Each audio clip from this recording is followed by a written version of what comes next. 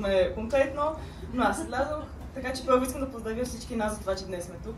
Не защото е лято и успяхме все пак да сме в София, а защото минахме през немалко години, изучавайки не една-две учебни програми. И със сигурност живота в Уикенд не беше лесен заради това, защото докато мои приятели учиха за 20, ние учихме за 15, докато те прекараха лятото си в 11 клас на почивка, някои от нас писаха екстендната сета.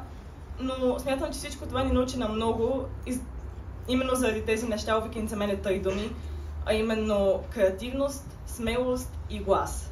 Защото както учителите, така и самата програма ни насърчава да бъдем изключително креативни. Смятам, че всеки един от нас откри това, което е негово. Някои откриха талант и любов към музиката в часовете при Теди, след това и при Жора, други създадоха абсолютно гениални изложби заедно с Вито. А имаше и такива като мен, които заради Аглика започнаха да пишат, така че Аглика много благодаря за това.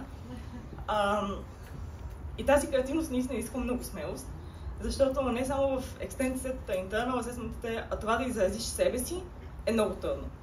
И Уикенд дава свободата на това, когато ти наистина се потопиш в една област, напишеш екстендите се, да изведеш сам темата, което е изключително сложно, защото освен, че тя може да бъде доста по-сложна, отколкото си очаква, както се случи при мен, изведнъж се озоваваш срещу толкова много учени и експерти, които са казали едно, а изведнъж ти излизаш със своя собствена позиция по въпроса, която трябва да защитиш.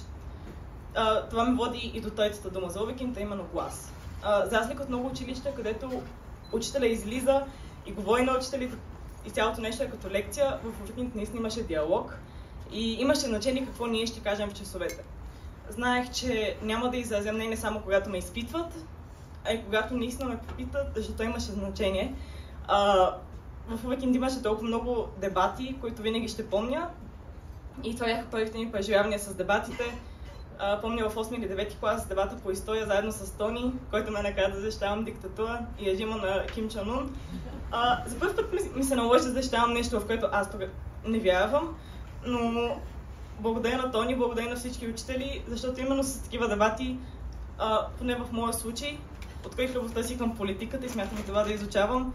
Така че се надявам, че за всеки един от нас тези малки моменти в Уикенд са имали значение и всеки е открил своето.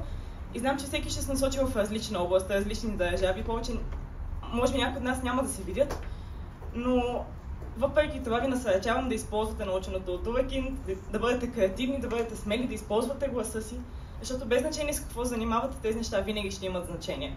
Благодаря.